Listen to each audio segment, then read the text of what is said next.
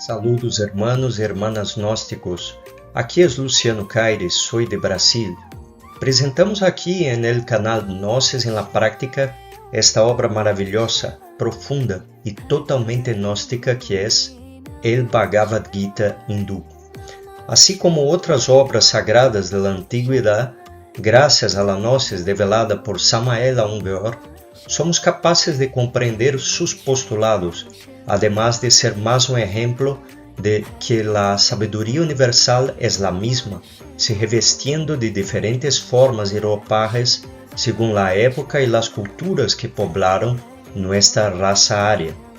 Aquí en el Bhagavad Gita veremos de una forma hermosa y profunda un llamado a la guerra interior que debemos emprender contra nuestros yoes, además de muchas reflexiones hechas por Krishna, el Cristo hindú.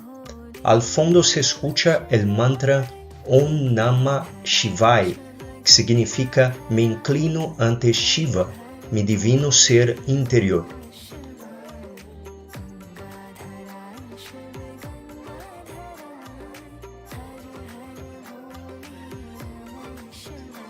El Bhagavad Gita es el pasaje más famoso del Mahabharata, que sería el equivalente a la Biblia de los hindús. Es considerado una de las mayores epopeyas de la humanidad y es el mayor poema épico del mundo con más de 200.000 líneas de versos y probablemente fue escrito y recopilado a lo largo de varios siglos, algo como desde el año 400 a.C., o un poco antes incluso, hasta el siglo II después de Cristo.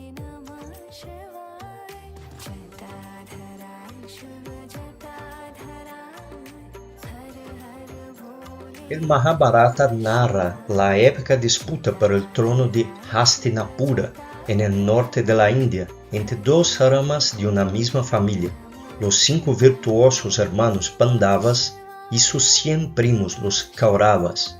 La rivalidad culmina en la devastadora guerra de Kurukshetra. Los puntos centrales de la narración son el origen del conflicto.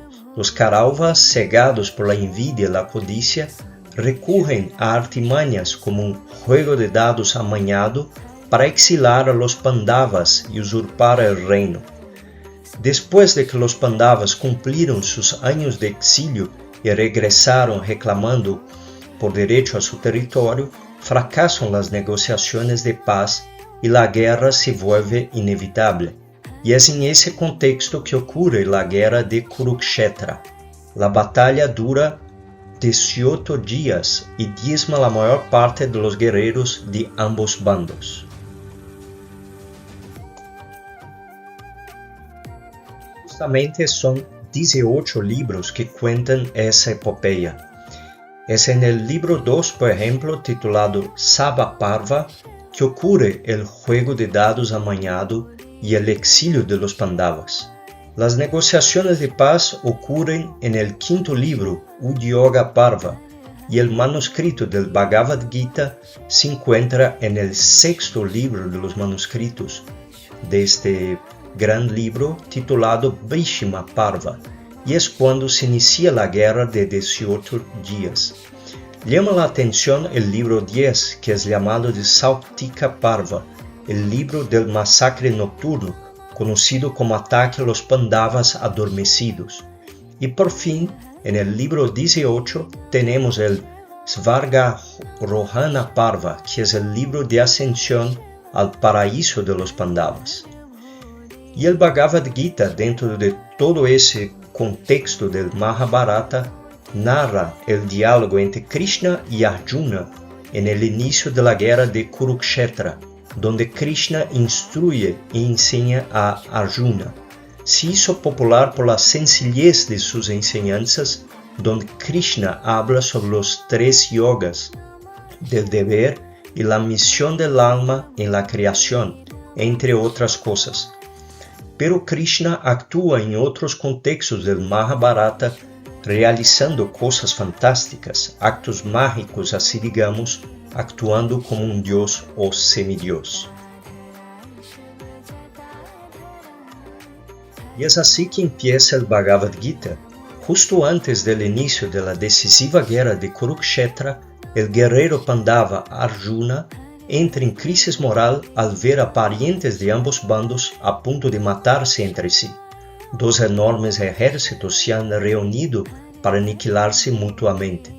En cierto momento, el príncipe Pandava Arjuna le pide a su auriga Krishna que conduzca a él hasta el centro del campo de batalla para poder observar bien a ambos ejércitos y a todos aquellos tan ansiosos por la guerra, y ve que entre sus enemigos se encuentran parientes suyos, amigos queridos y maestros venerados.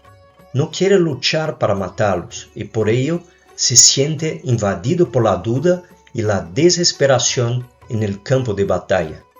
Deja caer su arco y se pregunta si debería renunciar a su deber y simplemente abandonar el campo de batalla. Recurre a su auriga y guía Krishna en busca de consejos sobre la justificación de la guerra, sus opciones y lo que es correcto hacer. Recibe entonces el consejo de Krishna, que actúa como su cochero y es una encarnación divina, y de ahí se entabla una conversación entre ellos. Es entonces cuando Krishna, el auriga y maestro, revela su naturaleza divina y enseña al discípulo el verdadero sentido de aquella guerra, la necesidad de librar la batalla interior para que el bien prevalezca sobre el mal en su propio interior. Y el Bhagavad Gita tiene básicamente 4 personajes. Arjuna, uno de los 5 Pandavas. Krishna, auriga y gurú de Arjuna, que en realidad era una encarnación de Vishnu en la obra. Sanjaya, consejero del rey, que es un narrador secundario en la obra. Y el rey de los Kurus, llamado Dhritarashtra, que es padre de los Kauravas y oyente de Sanjaya. Bhagavad Gita es entonces la recopilación de las preguntas y el dilema moral de Arjuna, así como de las respuestas y reflexiones de Krishna, que profundiza diversos conceptos filosóficos, en verdad gnósticos, y está dividido en 18 capítulos y 700 versos. El significado de ese nombre es el canto del Señor. Importante mencionar que el Bhagavad Gita original no tiene títulos de capítulos, entonces hubo quien puso el nombre de un tipo de yoga, como otros autores que pusieron diferentes títulos como vemos en la columna más a la derecha. Miren qué interesante, hay menciones a la guerra interior, la autorrealización, el autocontrol, la meditación, etc. Bien se habla de la manifestación de lo uno y de lo múltiple, que probablemente es la explicación sobre el día cósmico. También encontramos 2 capítulos hablando sobre fe. Tenemos las 3 gunas, el ser supremo, la separación entre lo divino y lo no divino, y la liberación y la renuncia. Seguramente vale la pena estudiar esa brillante obra y es lo que haremos aquí en el canal con una serie de reflexiones de cada capítulo del Bhagavad Gita, extrayendo y comentando versos que nos traigan más reflexiones y luz para nuestro trabajo interior. Vamos a desmenuzar esas enseñanzas de Krishna, que es el equivalente a Jesús en el hinduismo. Incluso el maestro Samael comenta que el Evangelio de Krishna es muy semejante al Evangelio crístico. Bien, hasta el momento estuvimos haciendo una introducción y presentando el contexto de toda esta historia presente en el Bhagavad Gita, pero con lo poco que ya vimos, es posible comprender varios puntos a la luz de la gnosis. Cada figura del mito representa un aspecto del alma humana. El campo de batalla Kurukshetra es la vida misma, especialmente la vida interior, y cada elección que hacemos es una decisión entre elevarse al espíritu o descender a la materia. Básicamente los personajes representan el siguiente. Arjuna simboliza la conciencia que empieza a despertar y que percibe los dos mundos entre los que se mueve el interior y el exterior. Krishna bien sabemos en la gnosis que representa el Cristo íntimo, el segundo logos. Es la voz interior, el principio divino que orienta y llama hacia lo alto. Los Pandavas son las partes del ser, las virtudes, y los Kauravas representan los yoes, cuyo rey de los Kurus, Dhritarashtra, es la bestia.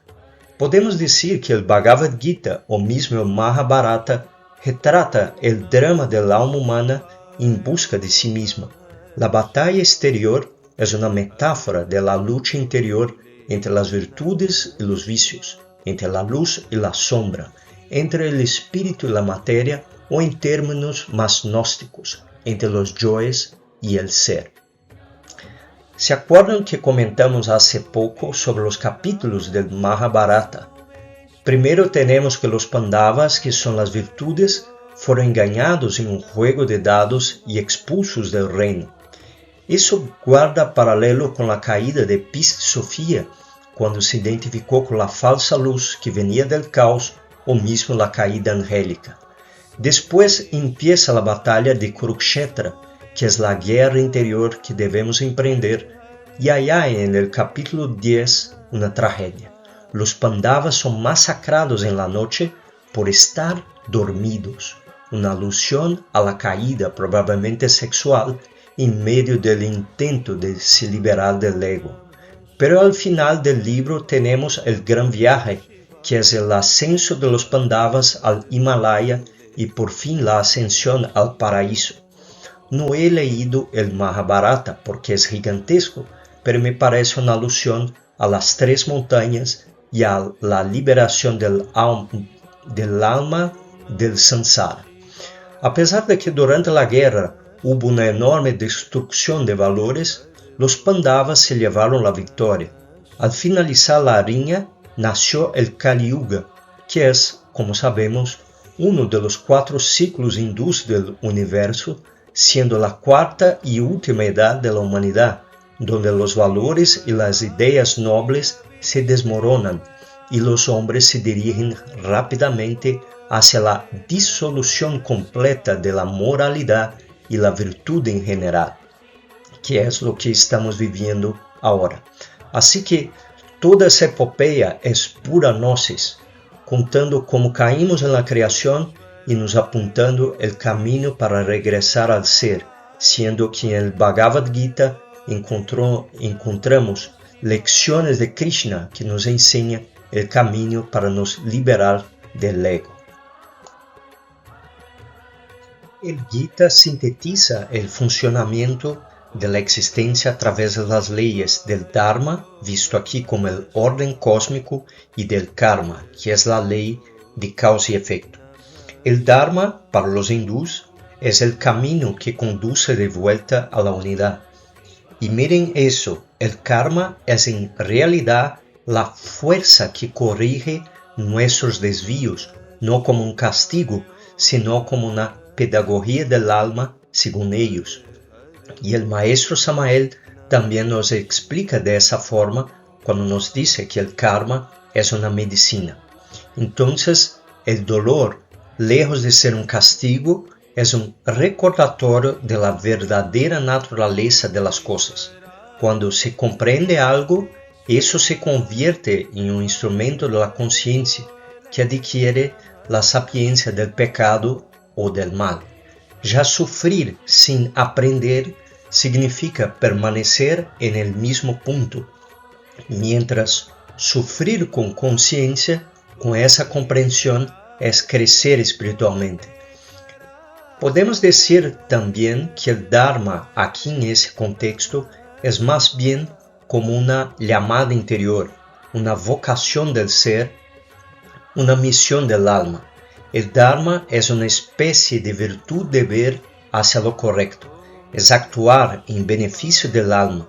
Ya el karma para los hindúes es simplemente acción, no tiene connotaciones de retribución ni de castigo, es simplemente cualquier acción, y dentro de las acciones hay aquellas lúcidas y otras contaminadas por la mente egoica. A la vez, el fruto de la acción no es un castigo ni una recompensa, sino que lleva consigo la energía de la acción. El Bhagavad Gita concilia la renuncia con la acción al argumentar que ambas son inseparables.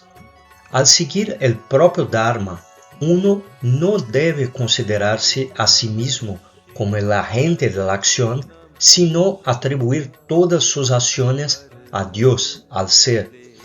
Dentro del hinduismo, el Gita rechaza el camino shramánico de la no acción y hace hincapié, en cambio, en la renuncia a los frutos de la acción.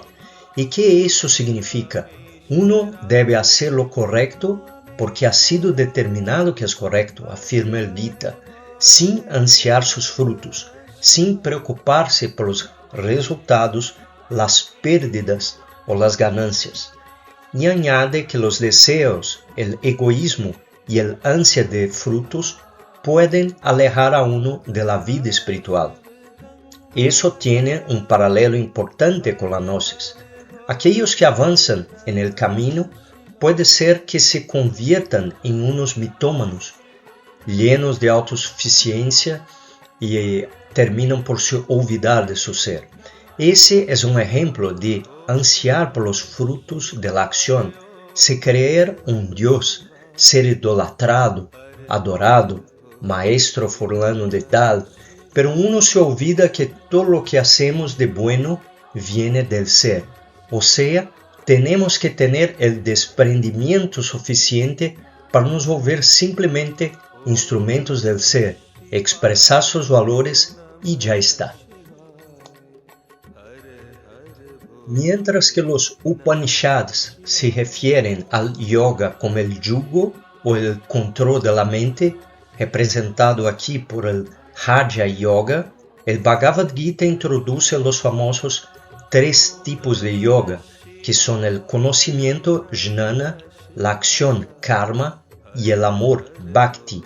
El conocimiento o la introspección, que permite discernir el verdadero yo, llamado de Purusha, que en verdad es el ser, de la materia y los deseos materiales, conocido por ellos como Prakriti, y aquí en ese contexto nada tiene que ver con la madre cósmica. Es el verdadero objetivo del yoga clásico, en el que la meditación y la introspección son inseparables.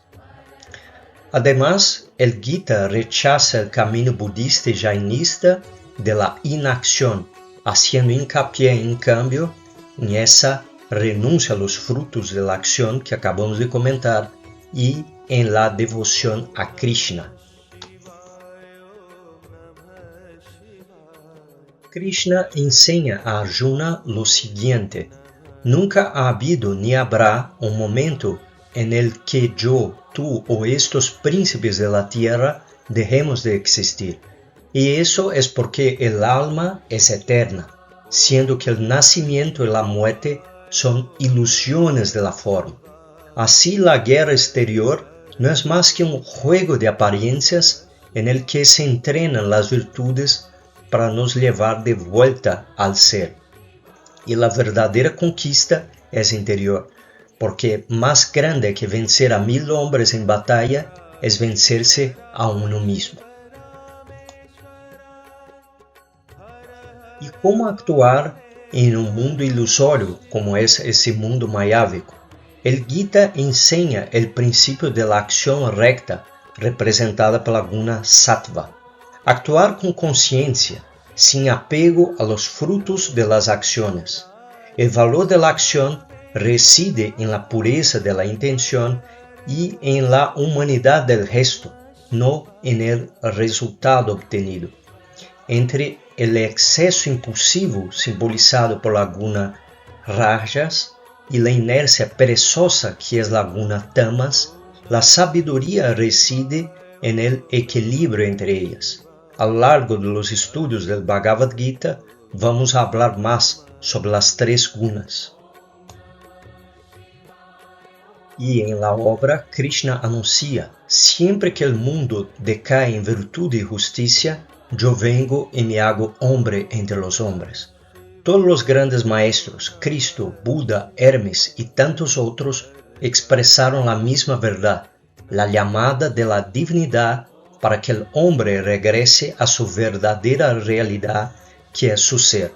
Krishna, avatar de Vishnu, representa así la manifestación de la divinidad que desciende al mundo cada vez que la humanidad pierde el rumbo. Como bien dicho por Maestro Samael, Avatara significa mensajero. Nos acordemos que en la mitología hindú, Vishnu representa al Cristo.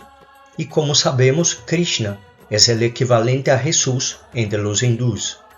Entonces, como ya conocemos en la Gnosis, siempre que hay una decadencia en los valores espirituales de la humanidad, se envía un avatar y nosotros tuvimos la dicha de recibir esas enseñanzas del Maestro Samael, que supo reunir la sabiduría universal en un solo lugar y nos dio todas las claves para volver al ser, del autoconocimiento al arcano AZF, además de nos mostrar el mapa del camino en las 3 montañas, nos habla sobre el ser y sus partes, pero en verdad que el pueblo gnóstico en general no supo valorizar essa enseñanza.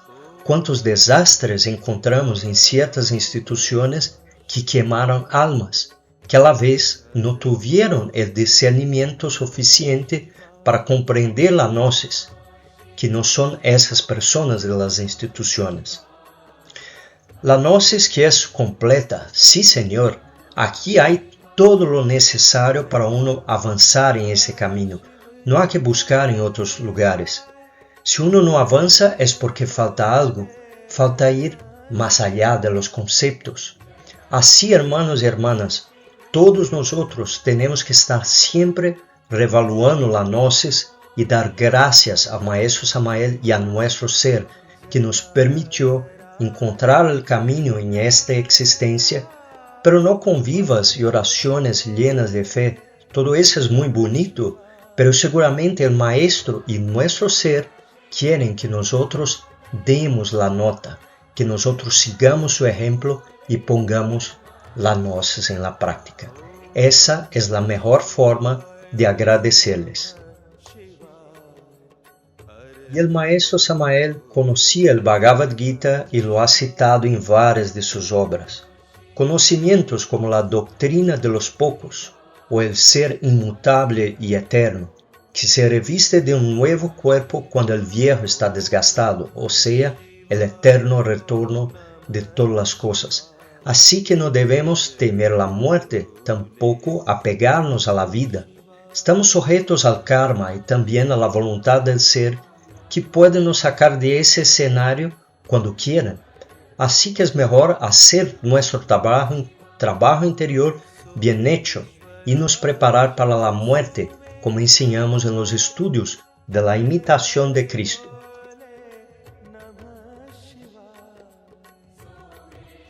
Enseñanzas como los 2 senderos, la vía directa y la nirvánica, la mente que sigue los sentidos es como un bote de deriva, la involución sumergida, todo eso nos comenta el Maestro Samael por la perspectiva del Bhagavad Gita.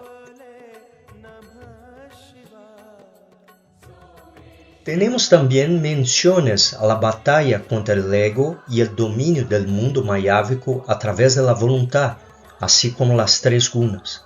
Todos esos temas comentados por el Maestro vamos a estudiar aquí en el canal en las reflexiones sobre el Gita.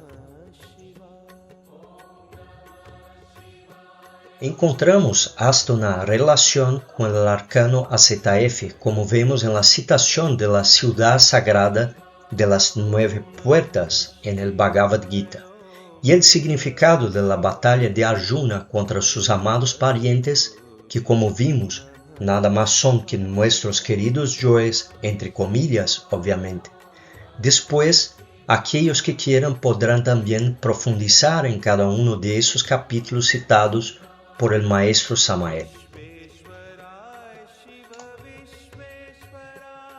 Y para terminar esa selección de citaciones del maestro sobre el Bhagavad Gita, tenemos a la izquierda un trozo del capítulo alusivo al cielo de Mercurio, segundo trabajo de Hércules en el libro Las Tres Montañas. Aquí el maestro Samael compara Iolao, que ayuda a Hércules a quemar las cabezas renacientes de la hidra de Lerna con carbones encendidos, con Krishna, nuestro Cristo íntimo, en su relación con Arjuna. Y el otro trozo abajo está en la Pisofía en el capítulo 29 y nos habla tanto de la transmigración de las almas como sobre el envío de avatares a nuestro mundo cada vez que los valores espirituales de la humanidad entran en decadencia.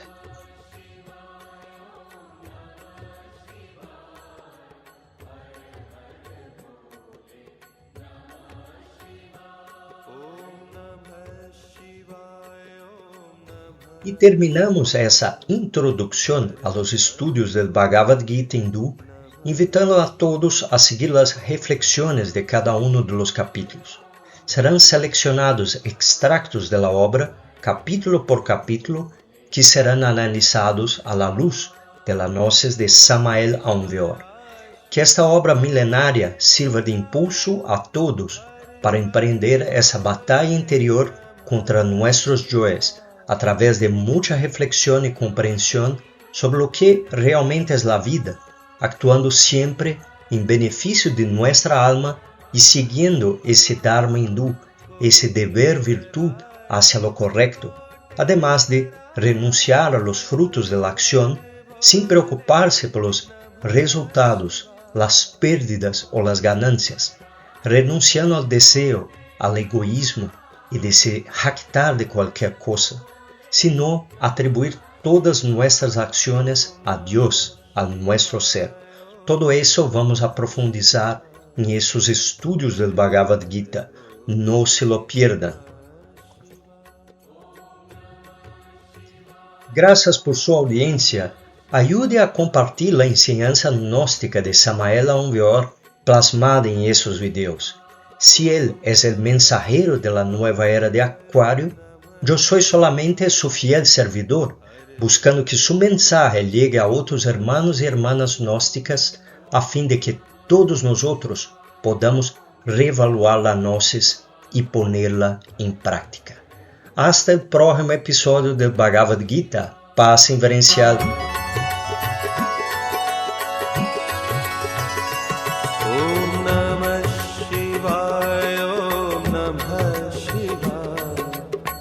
Her her Bhole